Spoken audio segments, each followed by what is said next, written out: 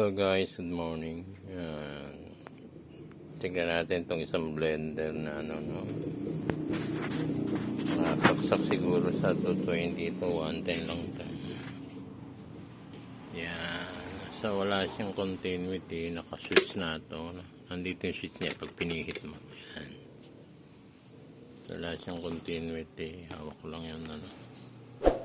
Hawak ko lang itong camera. Yan. Itong isa. So wala. Lagay ko fuse to dahil nasa 110, possible na 220 sinaksak. Tingnan natin siya.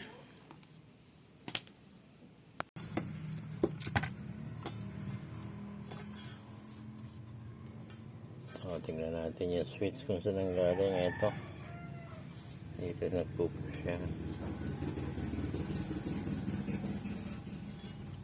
Yan, yung dalawa na yan.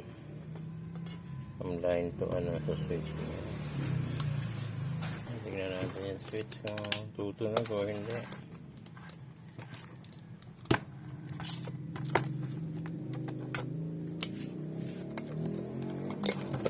Yan.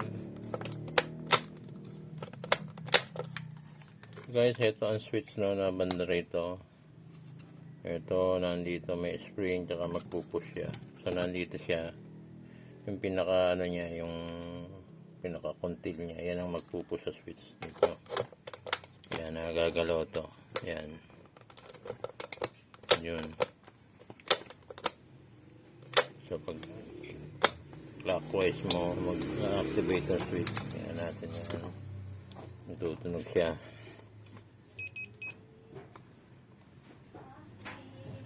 Patay ang switch. So, mismo switch ang wala. Guys, gawa na natin. Supply natin kung 110 na. Ba? Ganon. Yun, 119. Medyo mataas. Pwede na yan. 110, 119 kasi babaksak pa yung pag may load eh. So, tingnan natin ngayon ha. Tanggalin muna natin sa switch. Pakpak natin yung 110 natin. Okay, fire. Okay, patay. Isa. Ito pa yata yung isa. Ito pa isang switch. Ito pa. So, dalawa yung switch niya, no? Para yung sa papunta sa motor. Tapos yung dalawa. Tingnan natin ngayon kung sino hindi nagko-contact. Tingnan natin, ha? Kung sino sa dalawang hindi nag-ano.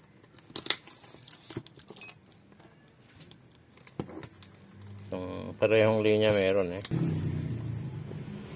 Ayan, nawawala siya. So, nagloloko siya. Tingnan natin.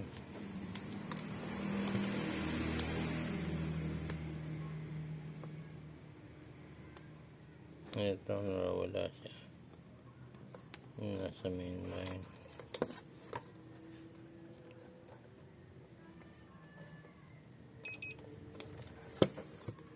Ito, okay.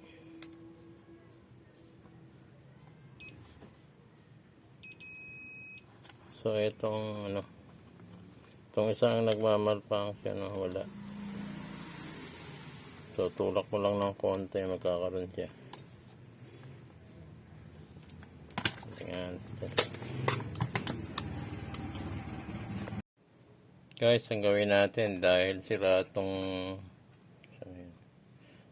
switch na ito at dalawa naman yan tsaka ito isa. So itong isa ang i-jumper ko na lang, gagawin kong lalagyan ko lang ng pinaka fuse. Hindi naman delikado kasi meron pa siyang isang switch na nandito pa. Yan, ito pa yan yung pinaka off on nya. So at saka ito naman fuseable din to. Hinang natin siya.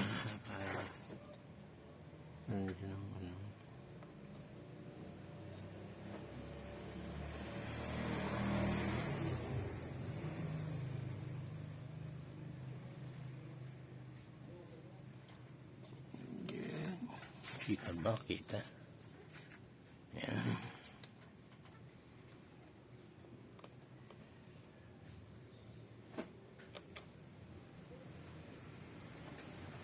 Okay.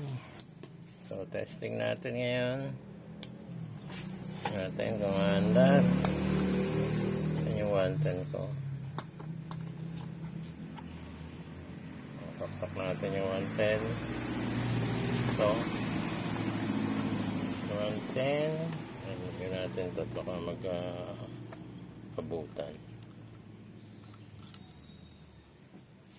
And then, itong pinaka-switch niya nasa baso. Okay, go. Okay, one click.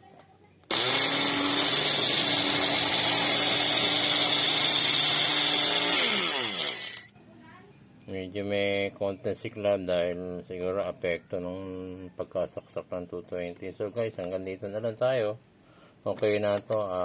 Papak ko na lang uli.